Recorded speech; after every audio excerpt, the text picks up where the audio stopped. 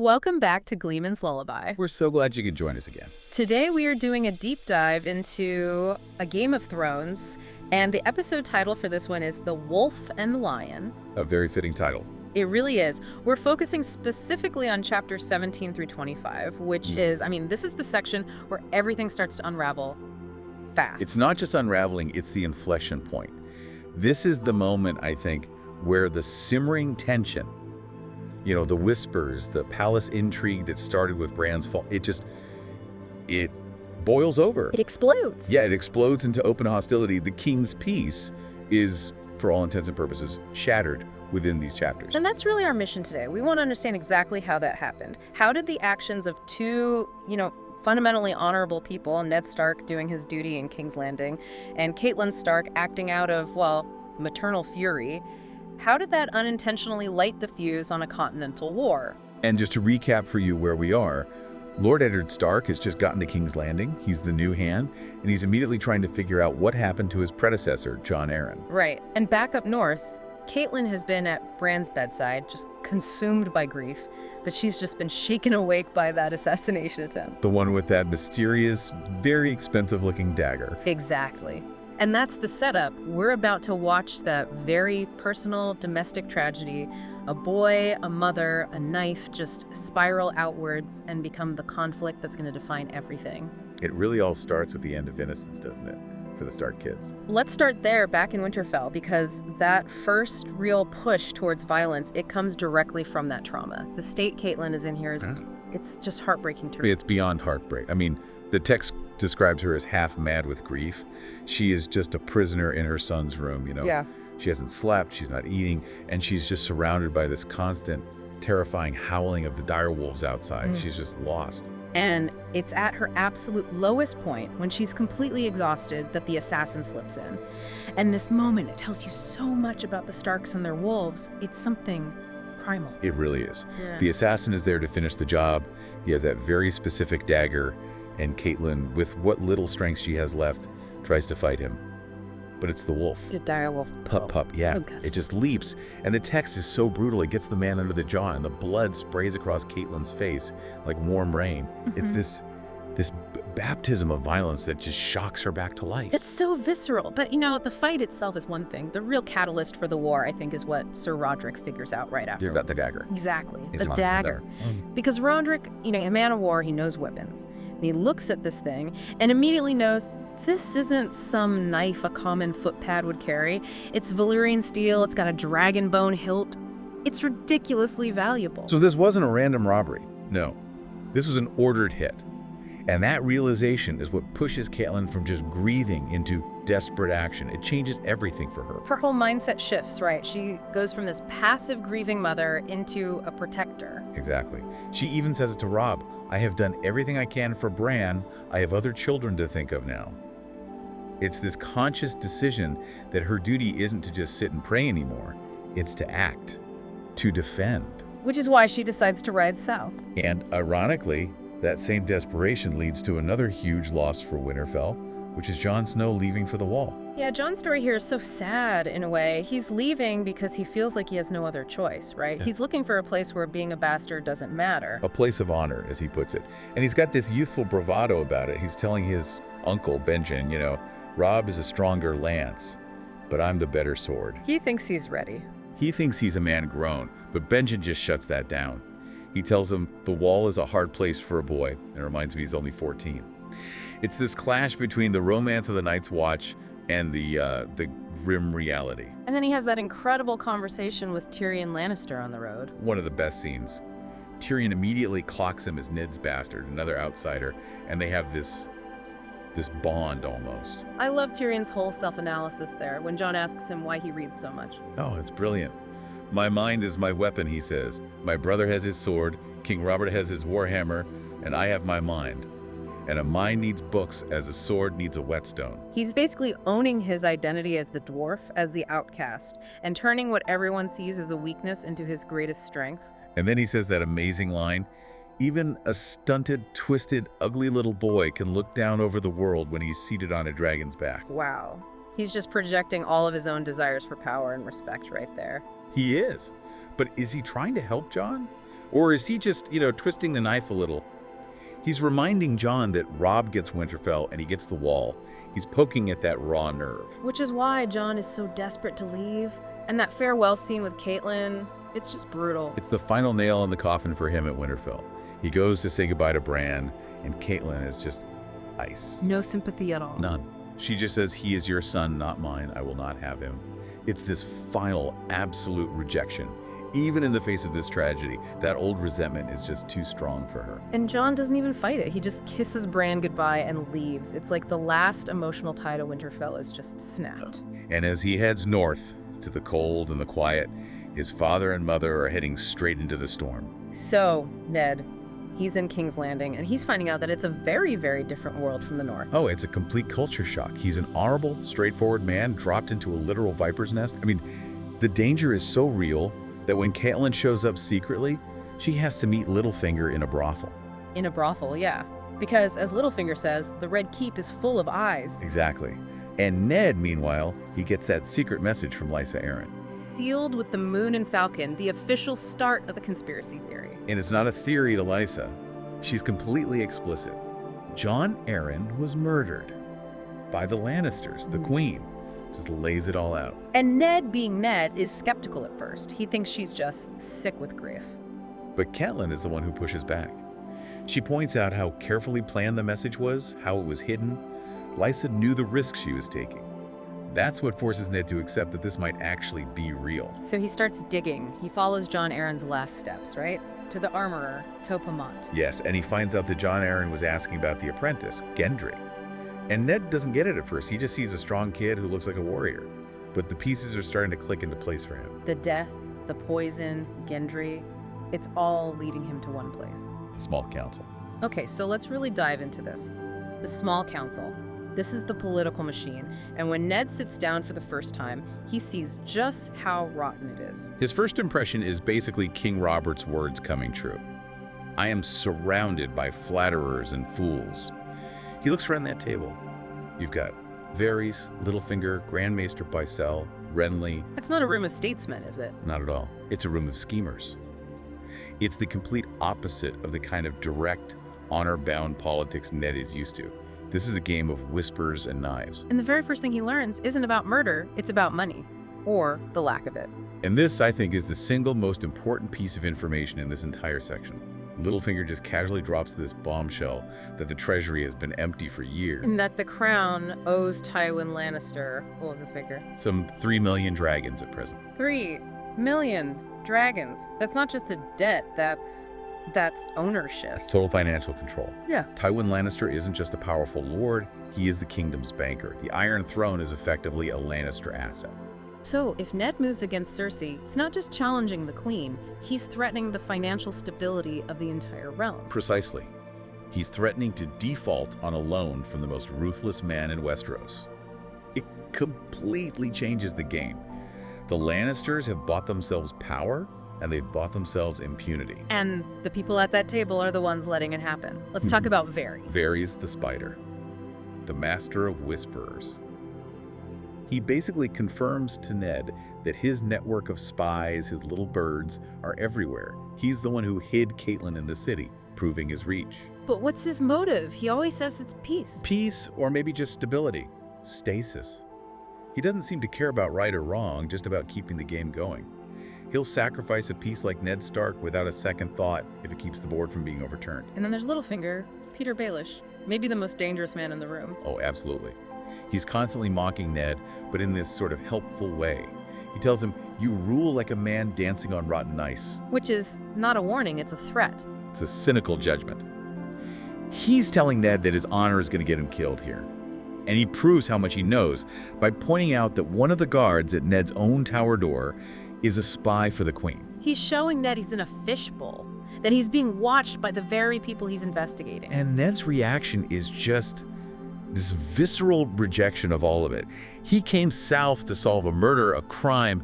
He's leaving that first council meeting, realizing he's trapped in a corrupt, bankrupt political machine run by his enemies. The game is so much bigger and so much dirtier than he ever thought. So while Ned is getting tangled up in King's Landing, Catelyn is out on the road, about to light the match. She is operating completely on instinct at this point. That decision to travel in secret, to have Sir Roderick shave his famous whiskers, she knows she's in danger. And they end up at the inn at the Crossroads, which is just the perfect setting for everything to go wrong. It's this melting pot of the whole kingdom. And who walks in? Tyrion Lannister. Of course, strolling in. Small and bold as life. It's the worst possible luck. After all her planning, all her disguises, Tyrion spots her instantly. And he's so smooth about it too. Lady Stark, what an unexpected pleasure. And in that exact moment, Catelyn makes a choice. All her grief, her suspicion, her fear, it just combines into this one spectacular, incredibly reckless act. She stands up and accuses him. Publicly. And she uses the dagger. She puts the dagger in Sir Roderick's hand as the proof. It's pure theater. But she doesn't just accuse him, she calls the banners, in a way. She invokes her father, Lord Hoster Tully, and demands the loyalty of every river lord in that room. And the reaction to that call is so telling. There are 50 or so armed men in that inn. How many jump to her side? A dozen, a bare dozen. Right, and that tells you everything you need to know about the state of the Riverlands. Why didn't more men stand up for their liege lord's daughter? It's here, fear of the Lannisters. Exactly. Even the Frey men, who start to stand, get a look from their captain and they sit right back down. Tywin's influence has already seeped into every corner of this region. Fealty to House Tully is already second to fear of House Lannister. And Tyrion, through all this, he's not even scared. He's not. The text says he's not truly afraid. He's a politician. He's already calculating the angles. He even thinks to himself that Catelyn was clever to force their hand publicly. Because now they can't back down. She's drawn a line in the sand, and she's made them choose a side. She has effectively just started a war. So let's talk about Catelyn herself here. What is driving this? I mean, this is such an impulsive, dangerous move. It's 100% driven by her belief that she's protecting her children. Yeah. She's moved from grief to action, and she is absolutely convinced that she is right. She has the man who tried to murder her son. But her conviction is built on a lie. A lie told to her by Littlefinger. That's the whole tragedy of it. He tells her the dagger belongs to Tyrion, and for her, that's all the proof she needs. Tyrion even makes the very logical point that only a fool would arm a killer with his own very recognizable blade. It's a perfectly sound argument. But Catelyn isn't thinking logically. She's blinded by grief and by what she thinks is undeniable proof. And you have to connect this back to her deep-seated resentment of Jon Snow, too. Oh, absolutely. The book makes a point of reminding us about that. Her inability to forgive Ned for that one dishonor has made her hyper-protective of her own trueborn children. So in a way, she's overcompensating. I think so. She feels she has to be the perfect shield for Robb and Sansa and the others because of this perceived stain on their family's honor.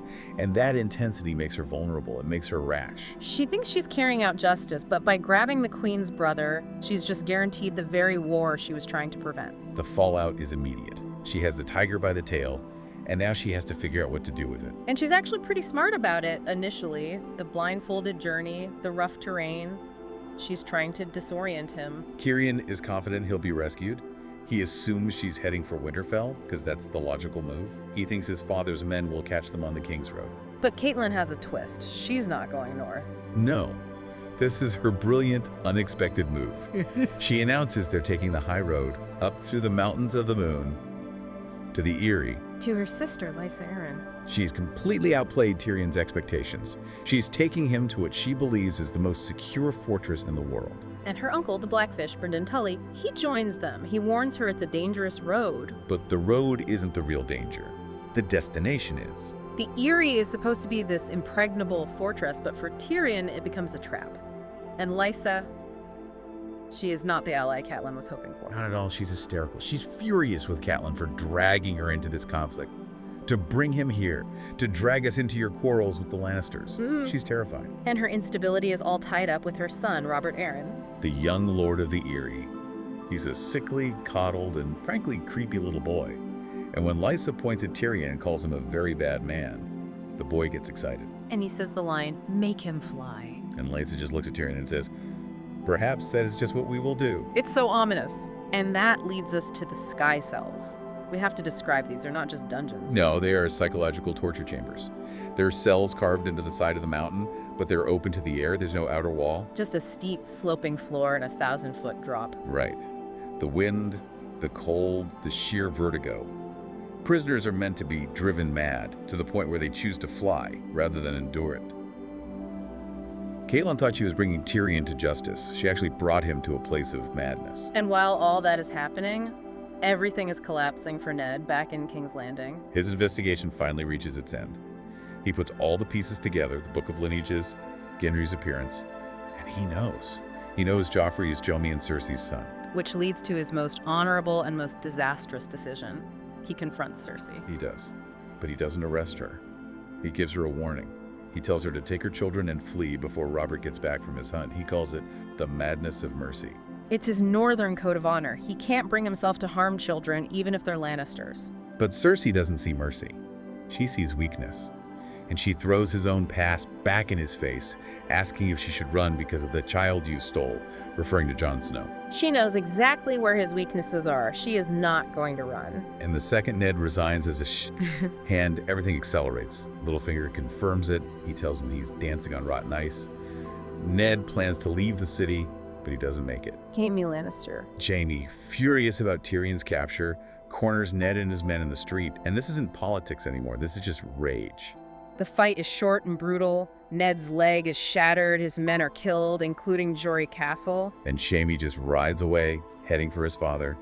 The King's Peace is officially over. The first casualties of the war have fallen in the mud of King's Landing. And while all this is going on in Westeros, we have to remember the third piece of this puzzle, all the way across the Narrow Sea. Daenerys Targaryen. Who is going through a massive transformation of her own. A huge one. And it's symbolized perfectly by her wedding gifts, the 3 dragon eggs. The text says they're like stone, but they're still warm.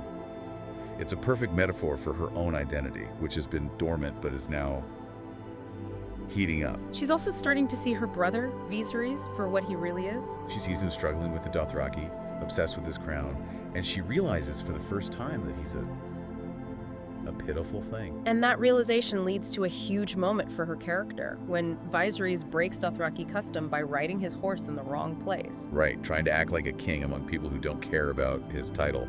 And Daenerys, for the first time, asserts her own authority. She doesn't just argue with him, she gives an order. A powerful public order. She tells Ser Jorah to take Viserys' horse away, and she says he must walk behind us back to the Khalasar. Which, for the Dothraki, is the ultimate shame. It's a total power move. Oh. She strips him of his pride in front of everyone, and she does it by embracing the Dothraki laws, not the Westerosi ones. She's not a victim anymore, she's becoming a Khaleesi.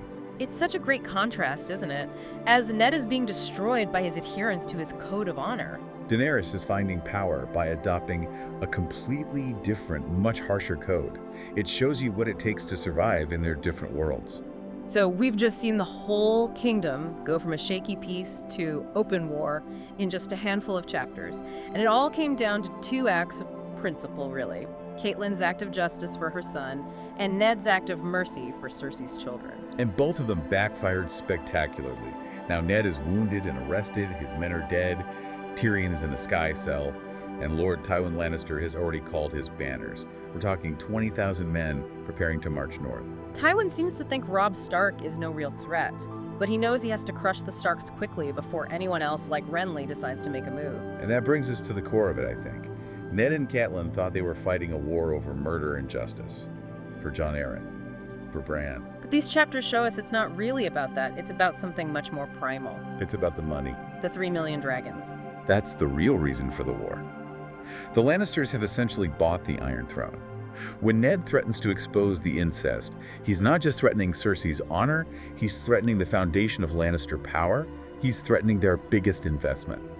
So what price can you even put on honor and truth when the entire kingdom is already in hock to the family you're trying to expose? That's the question, isn't it? It stops being about right versus wrong and starts being about solvency versus, well, savagery. So as we leave it, here's the thought I want to leave you with. As the Starks march to war under banners of duty and vengeance, the real players, Tywin and Littlefinger, they're not thinking about honor, they're counting their gold. And if the crown owes a debt of 3 million dragons, and the Starks are acting on a moral debt, which debt do you think gets paid first in Westeros? The tragedy here is that honor, it seems, is just an expense they're not willing to carry on the books.